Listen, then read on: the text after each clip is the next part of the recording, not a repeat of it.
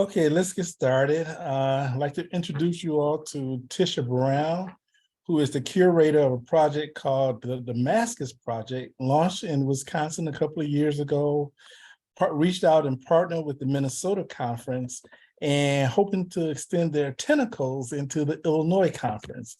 And so the Damascus Project, I'll let Tisha really explain, but it's really a project that we really want to embrace in the Illinois Conference, particularly the portion that offers continuing ed for lay leadership. That will be a focus for 2023, is putting together offerings of lay leadership training, training for our moderators, training for our council leaders, training for anyone in the church who is interested in furthering education, knowledge, and wisdom regarding leadership. And so without further ado, I'd like to introduce you all to Tisha Brown. Take it away, Tisha.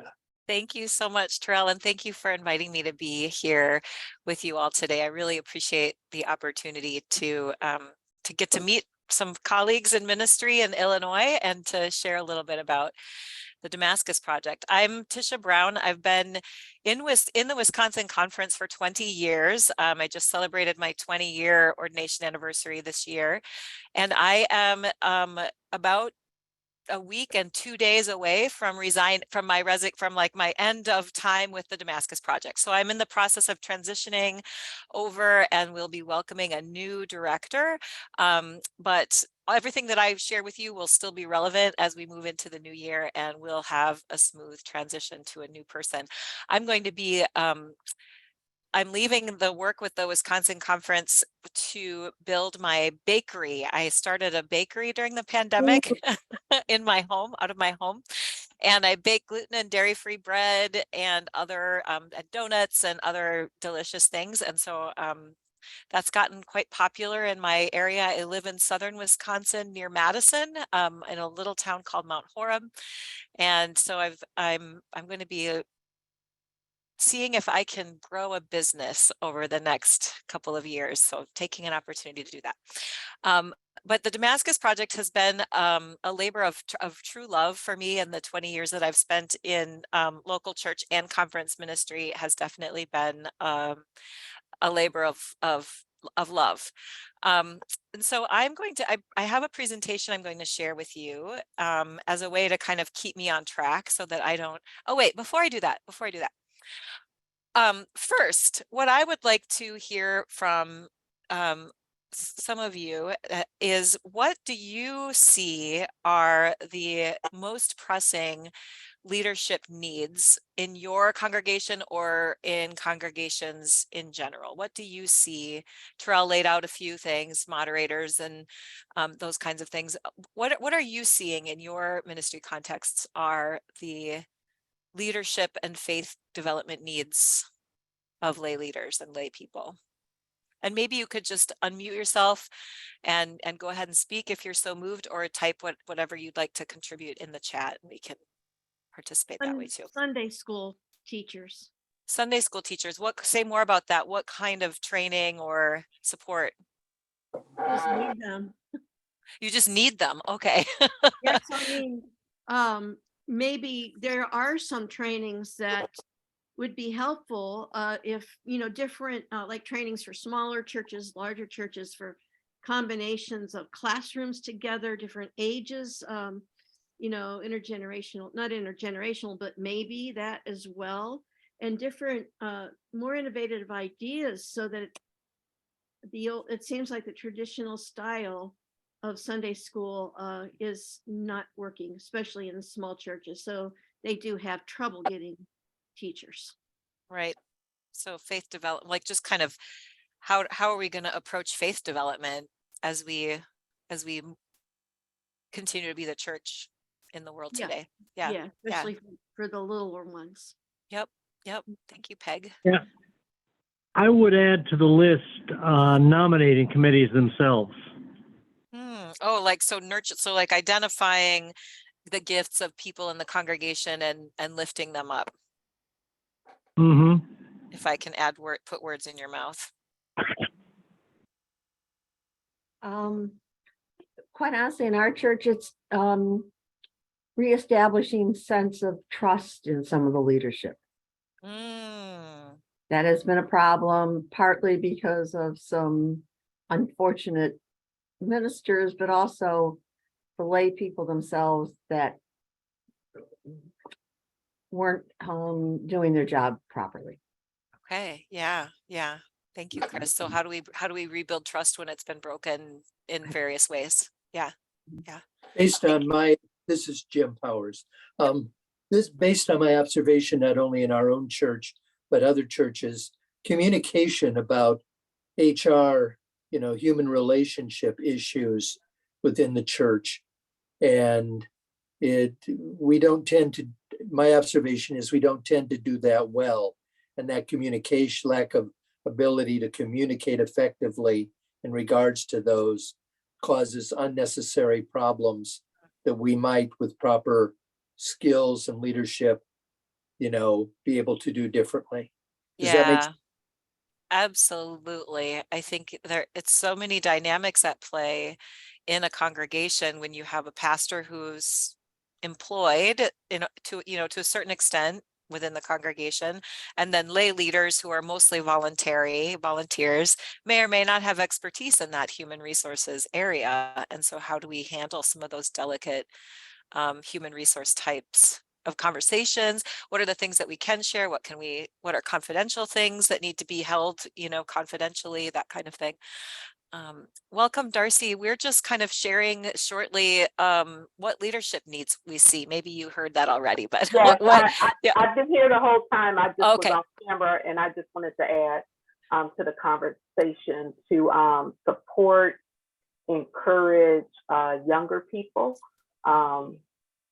Usually, sometimes leadership tends to run a little middle age and on the upside of that. So, like, what can we do to encourage and support some 20 and 30-year-olds to possibly, step up and be leaders and not scare them off, Right. Yep. Exactly. Thank you, Darcy. I think that's really important, very important. And I see in the chat conflict resolution / transformation and church governance kinds of conversations. Anybody else have? Yeah, go ahead. Yeah, I would add to the list two things. One is development of leadership in the area of stewardship and how to go about it and make use of that in a local congregation. And secondly, I think one of the significant areas that covers a lot of bases is education for adults, involving people in adult education. I think is a significant thing that I've served 14 different churches as interim, plus other churches, and I see a great lack of moving beyond the quote unquote Sunday school faith. Yep. Of developing a sense of growing, strengthening faith. Yep. And I see added in the chat, compassionate Christians, and I would maybe add to that, Terrell, with your permission, servant leadership kind of approaches excellence in ministry, and sort of what it takes to be committed. That came from Carol. Commitment, that there's a lot of apathy in our churches. People kind of want to sit back and have everything kind of be done for them. And how do we encourage and nurture more engagement in the life of the congregation? Anybody else have anything burning that they want to add to this? I'm taking notes because I get to pass this off to the new person and say, here, it's your job to figure out how to respond to this. But I do think that there's some things that we're already doing that might begin to touch some of what we have named here. And then, certainly things that we can grow to in the future. Yeah, Ken. I think congregational boundary training, I know Yeah. that National's working on that now, but I think that is going to be so important, particularly in the coming time here as we spread out into our online ministry, that becomes a major part there. Yep. Exactly. Yeah, launch something new. Okay, beautiful. Go ahead. Adding a bit onto the area, kind of a a piece adding on to what Ken just said. We so often forget that in most cases, not all cases, but in most cases, clergy spouses are lay people, and they need some help, education in terms of boundaries. They need some, and in terms of other things, just in integrating into congregations from that position.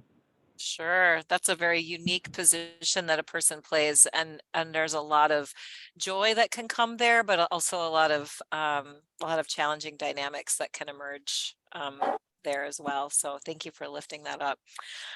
Awesome. Well, this is it's wonderful. Actually, this is the third time I've done this same basic presentation with a group of pastors, twice in Minnesota and Wisconsin, and then now this is the third. And I have to say, like, I'm hearing some similar but some different things. So I hope that, you know, I don't know how many conversations I would need to have to only hear things that I'd heard already.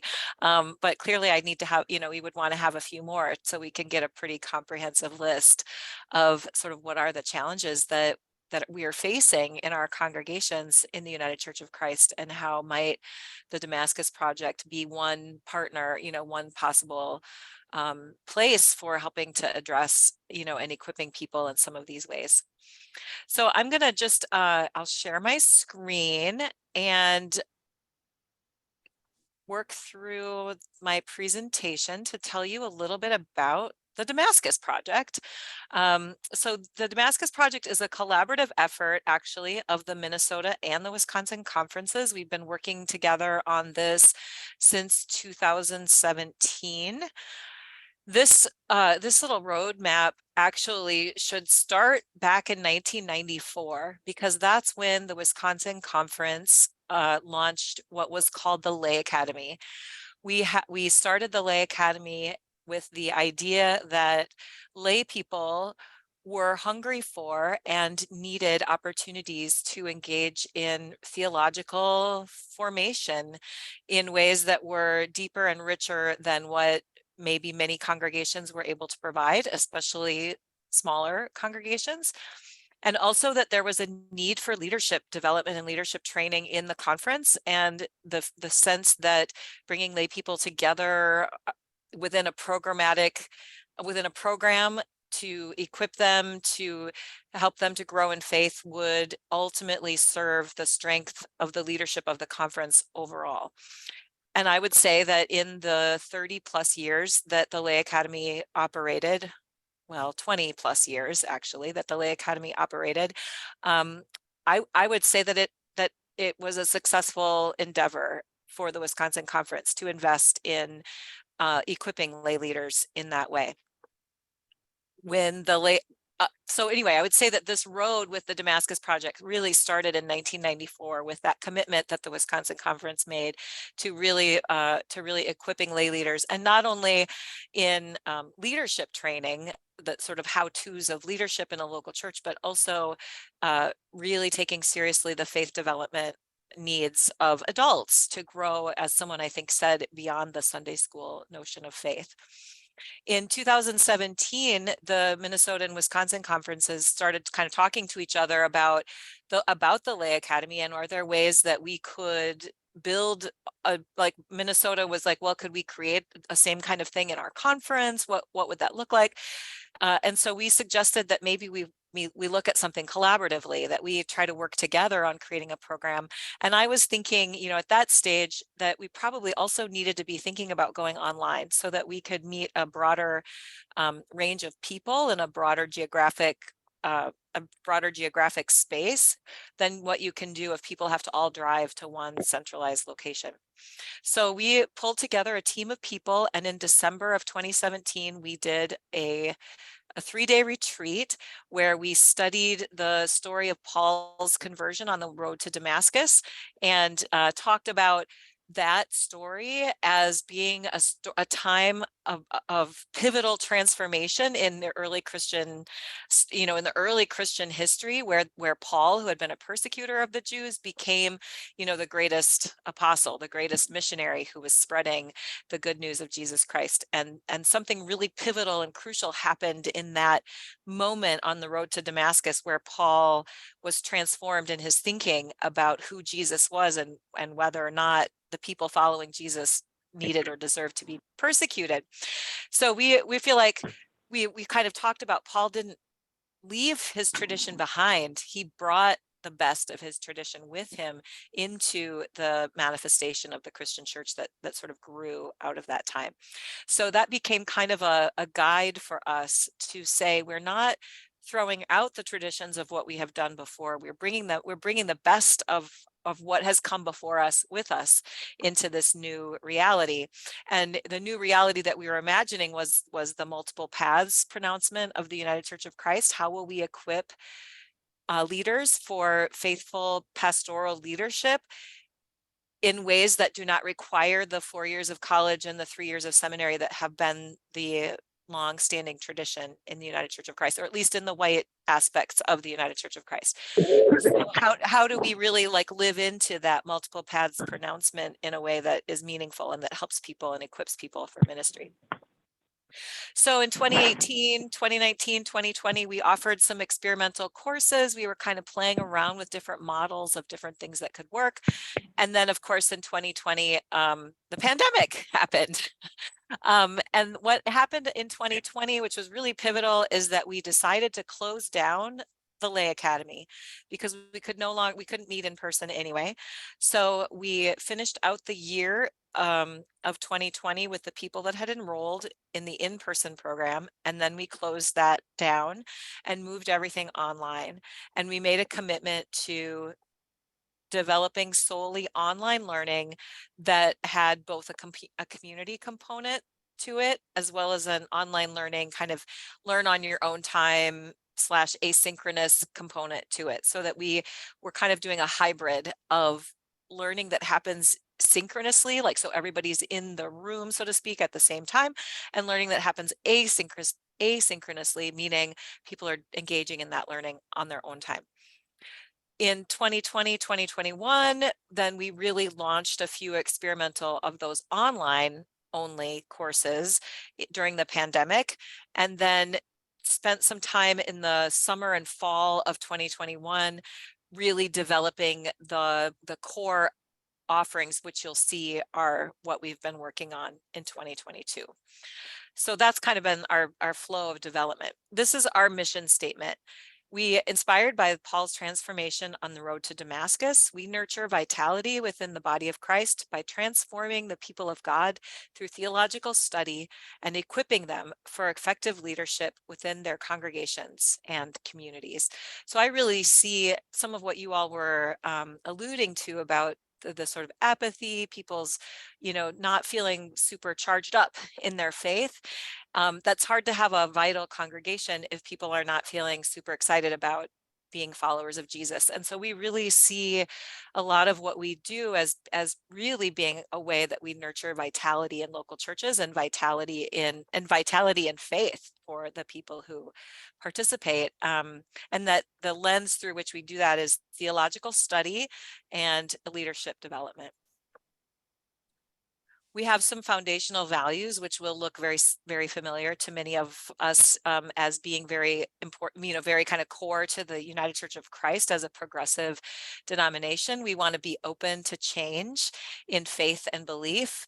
We want to be all about equipping the saints, and the saints are all of us. So we all have a need for that lifelong learning. We really value questions. We look at spiritual diversity. We can believe different things and still come together as people of faith. We take our scriptures very seriously. But we don't necessarily take them literally. We want to interrogate our past, meaning we know that, we have a past and we need to be aware of that, and we need to be willing and able to work through some of the ways that we've fallen short so that we can bring about a better future for the people of God. We have a number of program goals that kind of hit on some big key things that we're trying to do. We really want to create safe spaces, more than safe, like more like brave spaces where people can really explore and ask questions and blunder around while they're trying to figure out what they believe or trying to come to grips with something that maybe they haven't experienced before. We want to create brave, non-judgmental spaces so that learners can really explore and deepen and challenge themselves and one another.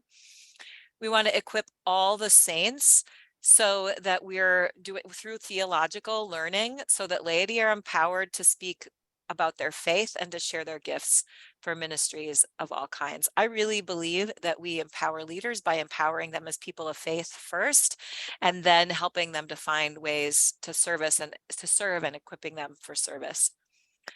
We want to provide high quality continuing education for authorized pastors so that we promote a culture of lifelong learning and professional development in local churches and in our conferences. We want to create a multiple pathways. We want to respond to the multiple pathways pronouncement by creating opportunities for people on I think everybody's on a multiple pathway these days, but specifically to respond to ways to equip people for authorized ministry that don't necessarily involve the seminary, the college seminary track that has been so strong.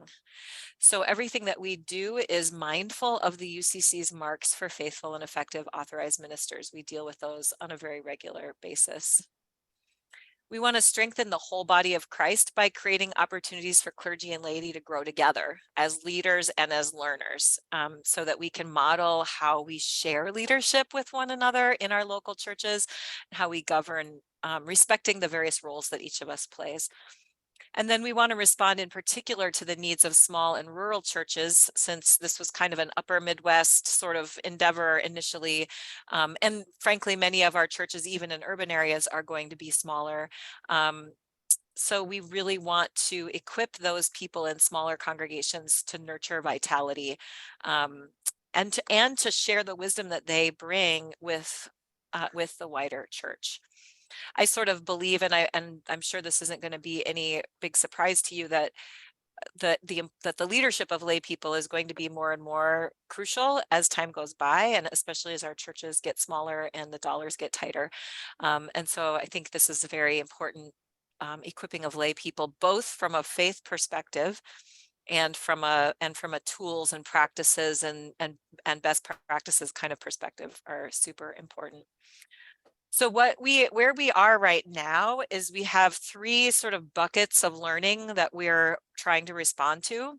These kind of came from the Lay Academy. The Lay Academy had a 4-year program, so you could come and do classes for 4 years and do something different every year. We've taken that and sort of condensed it into 3 sort of learning tracks. The first one is a learning track called Faith Foundations. That really, the only thing you're going to do in Faith Foundations is develop your faith through the study of scripture, through exploring theology, and through looking at Christian history. So those we do an 8-week intensive in the New Testament, and then we do an 8-week intensive in the Old Testament, and then we do 4 weeks on Christian theology and 4 weeks on Christian history. So that's that Faith Foundations track, is really kind of starting with nurturing people in their faith lives.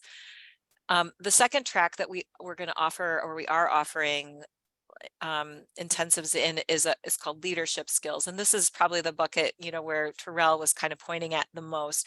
Right now for 2023, we have 2 opportunities there. And I should just let this unfold, because I've got slides on all of these. And then the third bucket is ministry studies, which is going to be really focused on primarily those people on the multiple paths, to equip them with preaching and worship leadership, and then also faith formation and development, and pastoral care. Although I could see many opportunities for folks to participate in ministry studies who are like those Sunday school teachers that we were talking about earlier. So for faith foundations, the learning content areas are, as I was mentioning, biblical studies, scriptural interpretation, theological studies, conversation about the life of faith, spiritual growth, spiritual practice, the practice of testimony, talking about our faith, and that's geared towards lay leaders and towards people on the multiple paths. We call them assessment learners because we aren't the ones that give them the designation member in discernment. That's a committee on ministry, ecclesiastical role. So we call them assessment learners, the people that are maybe discerning a call to authorized ministry. So starting in January of 2023, we have these two segments of faith foundations that will take place. Starting in January, we'll have the New Testament Christian history learning intensive, and then starting in September, we'll have the Old Testament and Introduction to Theology segment. For leadership skills, as I mentioned, the learning that falls under this area is pretty much anything having to do with developing people as leaders. I will have to say that I have a bias towards big picture leadership development, meaning who am I as a person of faith? Who am I as a leader? What are my strengths? What are my areas of challenge? Kind of a broad understanding of what it means to be like that servant leader, like you were talking about, Terrell. And then we get down into the nitty gritty of like, well, then how do I help my congregation in a time of conflict? Or how do I help to develop community? Or how do I run, how do I help to manage the finances of my church? More of those like nitty gritty kinds of things. So what we're starting with in 2023 under leadership skills is an Exploring the Enneagram course, which the Enneagram is a 9 personality type inventory kind of thing, and really digging into how does that help me know who I am and where I stand, and how does that help me in relating to others, and then how does that help me kind of live out, my faith in my day-to-day life and serve as a leader in my congregation. So that'll be starting in January, at the end of January. And then in April, after Easter, we'll have a session on conflict transformation, which I think is something a lot of our churches are struggling with right now, coming out of the, emerging through this phase of the pandemic. So for ministry studies, this is going to be new this year. This is a new learning track. We created this as being a follow-up to faith foundations. We feel like people should have some foundation in biblical study, theological conversation, understanding of history, etc., before they start looking at especially preaching and worship planning and leadership, but also faith formation for others. If we want to teach others about faith, we should have, a good foundation for ourselves to build on. The courses that we'll be offering there in 2023, in January, well, it's actually early February, it will start faith formation and spiritual care or pastoral care. And then in the fall of 2023, we'll do a 12-week exploration of worship and preaching for ministry studies. These are just a smattering of the instructors that we have currently on board with us. There are others, but this just gives you kind of an idea that we're looking for pastors with areas of expertise to offer. We're looking for college professors that have areas of, have a subject or a content area that we can incorporate into our learning structure. And then also looking at seminary professors and people with doctor of ministry degrees or PhDs. So really trying to pull from a wide range of different people on our to be our instructors and to kind of bring that rich content into what we're doing. Matt Martis LaCroix is one of the instructors that we are working with. He happens to be the New Testament instructor, and I asked him to prepare a short video that I could share with colleagues. And so let me just share that with you today. And please let me know if you cannot hear this. Hello, my name is Matt Martis LaCroix. I'm an ordained minister in the United Are you hearing it? Yes. Yeah. Okay, good. Yes. Church of Christ, currently serving College Hill Presbyterian Church in Easton, Pennsylvania, in the beautiful Lehigh Valley. And I want to talk to you for just a moment about the Damascus Project. Imagine a diverse community of learners from many different backgrounds, from many different places, all of them coming together to explore their faith, to stretch and to grow.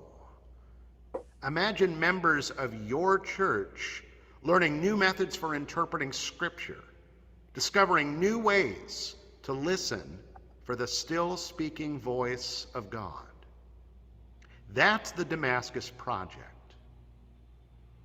As part of the Damascus Project's Faith Foundations learning track, I teach an 8-week intensive course called Reading the New Testament. And in that course, we try to do 2 things. First, it is an introduction to the New Testament, an opportunity for participants to acquire the background knowledge and the skills that they need to read and interpret the text for themselves long after the course is concluded. Second, it's also an opportunity to learn how to read from the margins. In reading the New Testament, we grow in our ability to practice decentering strategies for reading the text, recognizing and resisting the distortions introduced by perspectives that center the concerns of straight, white, educated men. We learn to look out for that, to resist that, to read the text in a different way from a different place. And as a result, students develop a knack for hearing a fresh word from God in the words of the text. It is transformational. I know because I've seen it. From the very first day of the course, students become aware of the distorted perspectives they have inherited and discover the freedom to move beyond them. It is so powerful. Now just imagine someone bringing that power and that perspective back to your congregation. The Damascus Project changes churches by changing lives. I hope that you will send somebody my way so we can share in the journey together.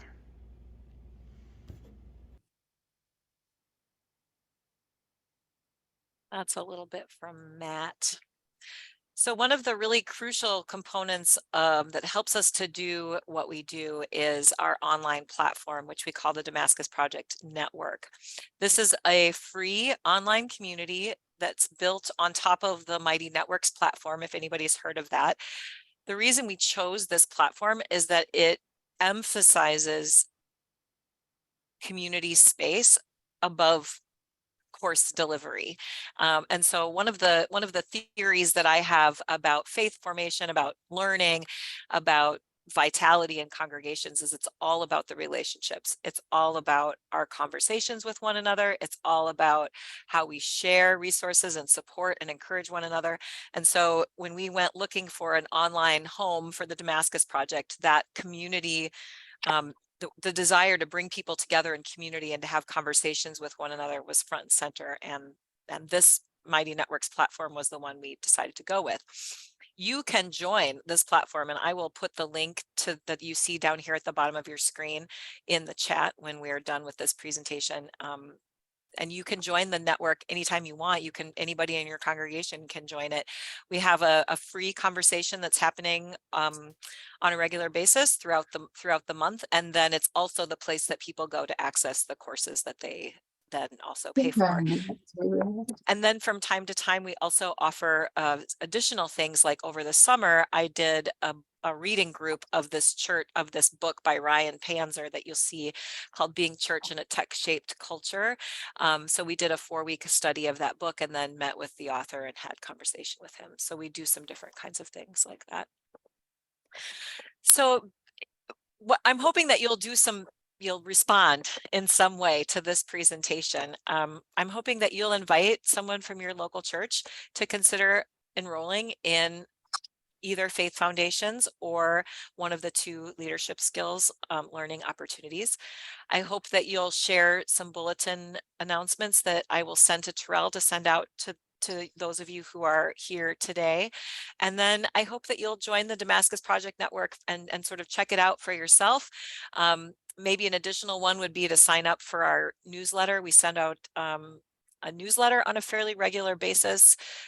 Most of the time it's about upcoming courses or upcoming opportunities for people to participate, but we're hoping to have it be a little bit more than that as well going forward.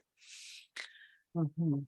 Finally, in appreciation for your participation today, you will receive again in an email, I'll send it to Terrell, to send out to all of you, a discount code for 40% off of the winter modules of Faith Foundations or Leadership Studies. And I'm going to extend that deadline for you all through the end of the month. So if you have people that you think might be interested and they are interested, that 40% off is a pretty significant discount for them. That it concludes the formal part of my presentation. Again, I will follow up with all of this with links to join the network and the link to our website, a bulletin announcement about what's coming in January, etc. If that's okay with you, Terrell, I'll send it to you and then you can disperse it to this group of folks. And I'm just wondering now if you have any questions about the verbal volume of words that have come at you over the last 20 minutes or so. Any questions or thoughts or reactions to what you've heard? I just have a question. I'm a little bit familiar with Mighty Network, so will all of the actual instruction be on demand on Mighty Network? Is that how it works? Yeah, so the way we set it up is there's a course site for each individual course and a syllabus basically that's there, and you have access to that. All of that material for the 12 weeks, for example, is available to you from day one. So you work through it, as much as you want on your own pace. And then periodically, like at the very beginning of each learning intensive, we'll have an online Zoom with the instructor. And then periodically throughout whatever the period of time of the course is, we pepper Zoom sessions in there so that we can have some discussion, like live discussion. But then there's also discussion prompts and, trying to really encourage people to engage in their learning with one another. So I hope that answers your question, Darcy. Yes. Yeah, great. Thanks. Tisha, can I ask you a question? What type of time commitment will each of these courses kind of require?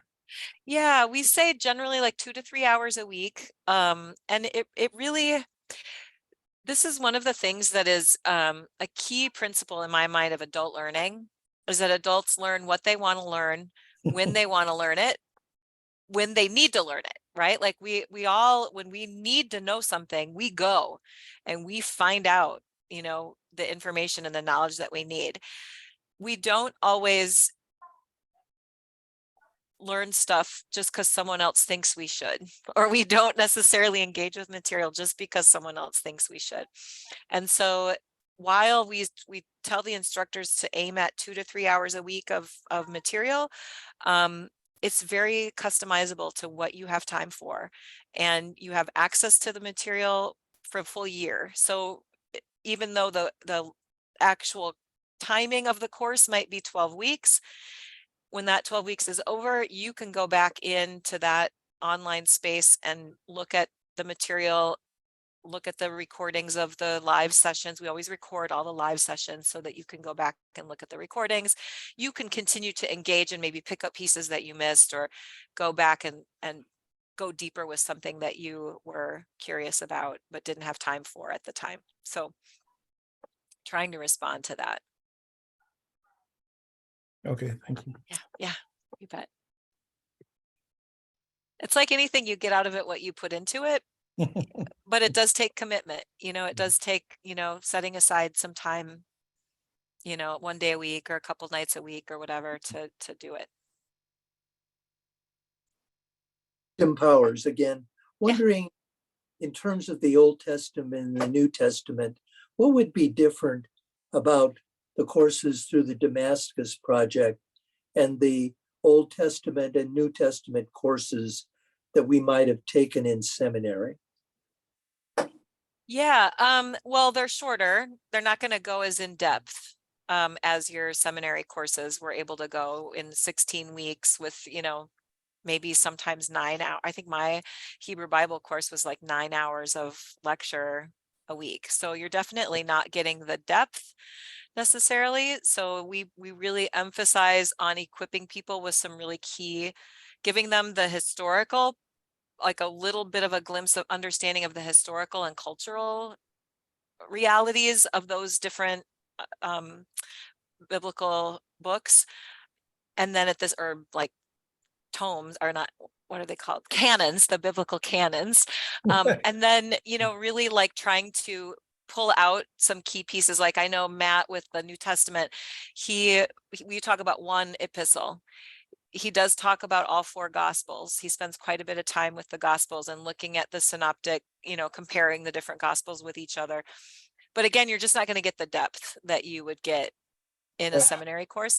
And then for the assessment learners, for the people that are on that multiple paths preparation for ministry track, we ask the instructors to kind of double their workload. So they get 4 to 6 hours of work that they need to do. They meet with the instructor some additional times. They're required to write some additional papers and things like that to try to, continue with that depth. But what we also have kind of conceptualized, because you're not going to get apples to apples if you're with a multiple paths, right? Like seminary education is a particular kind of thing. And we're trying to create another kind of thing that responds to people's learning in different kinds of ways.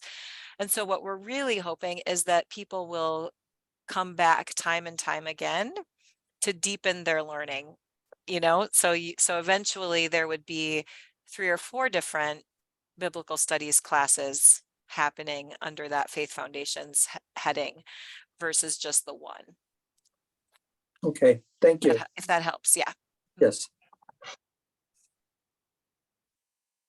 Well, I'm aware, is this 3:45 when you wrap up, Terrell? I don't want to keep people. Yeah, somewhere thereabouts, unless anyone had anything else they'd like to share. I think that was a wonderful presentation, awful lot of great information.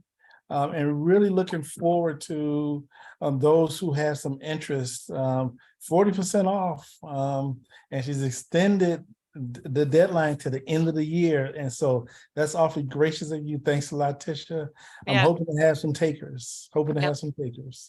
Oh, and one thing, I wanted to mention quickly, I was thinking about this earlier. We've talked a little bit about moderator training, stewardship training, that kind of thing.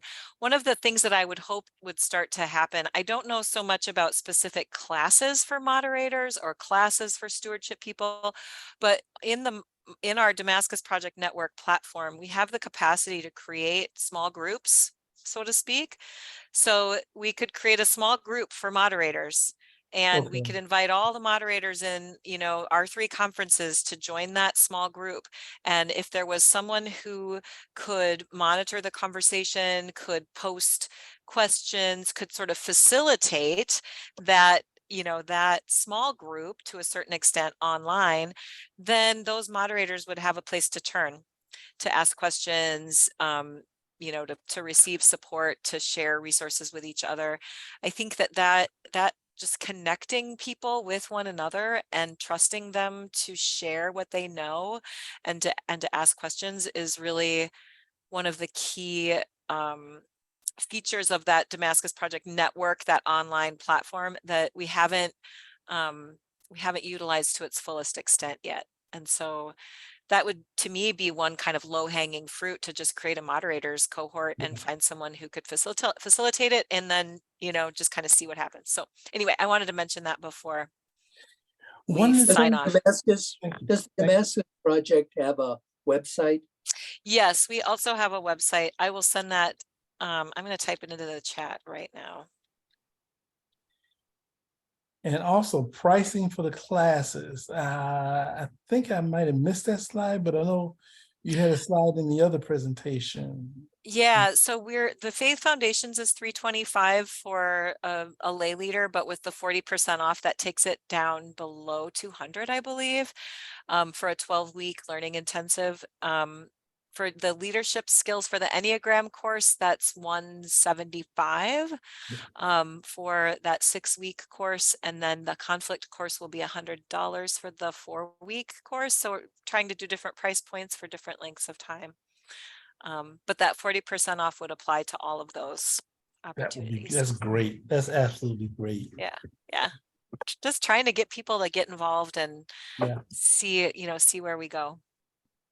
So, well, I want to thank you all. I know I've taken up a little bit more of your time maybe than normal, but I really appreciate your willingness. Thank you, Terrell, especially for inviting me to be here. Yes. And I went to seminary with Molly Carlson. She and I started seminary at the same time at Pacific School of Religion. So, I have a soft spot in my heart for her, and I hope that, we can continue to be Wisconsin and Illinois and Minnesota can all play together for the benefit of all. Well, thank you, Tisha. Prayers for you and your new endeavors. Bake well. Thank you. And pray that your business just takes off and booms to the extent that you have to open up a store somewhere. Yeah, exactly. Well, Brick and that would be a dream. That would be a dream. All right. Well, thank you all so much. All right. Happy holidays. Thank you. Happy holidays. Yeah. Bye-bye. All right. Blessings to all. Are there any urging or burgeoning questions that someone may have? If not, next week will be the last of these all conference chat in the format that we've been doing it over the last couple of years.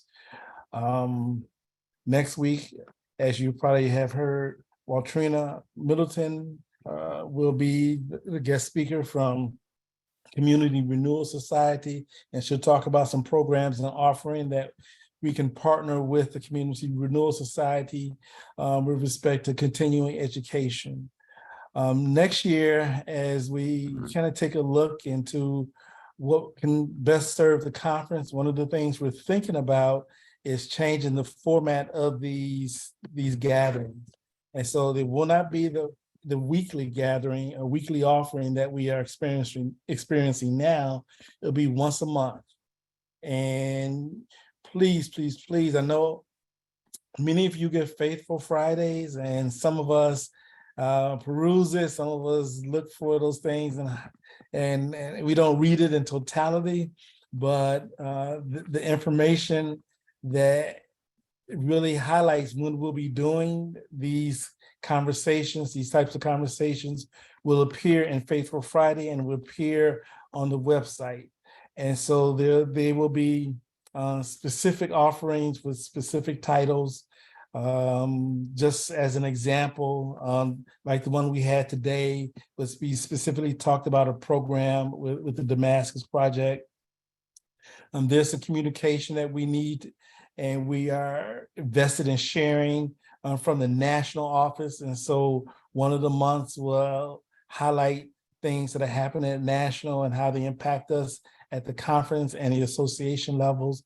And so we'll have specialized meetings that will occur once a month. Look forward to putting out a calendar of those events, and that will appear in Faithful Fridays, and hopefully it'll appear on the website. And so I thank you all for your attendance. Thank you for showing up each and every one of these Wednesdays as often as you can. We've had some wonderful and enlightening discussions. We've had some great topics, but most of all, we're really trying to find ways to get information out to those not only that represent the leadership within the churches, but how do we get information out to those in the pews? And that's a place that we're really missing, is how do we get information to those in the pews? And so that will be a challenge for 2023 for the conference. There'll be a challenge for us because it's really important that those that are pew members really know about what's going on in the conference. And so we use this format as a way of communicating what's happening at the different levels within our different partnerships. But we really want to make sure that we're really getting all the information out to the pews. And so short of what we're doing right now with Faithful Fridays and with our website, and we're still working on improving the website so that it becomes more dynamic. If any of you have information, please share that with Sarah Lorbach, who is our communication expert. We're always looking at doing it better and finding the best ways to get information out to the masses of people, and not just a collective few. Any thoughts? If not, Advent blessings to you all. Look forward to seeing many of you next week, and enjoy the week and enjoy family and love on the people that you are called to serve. Blessings to you all.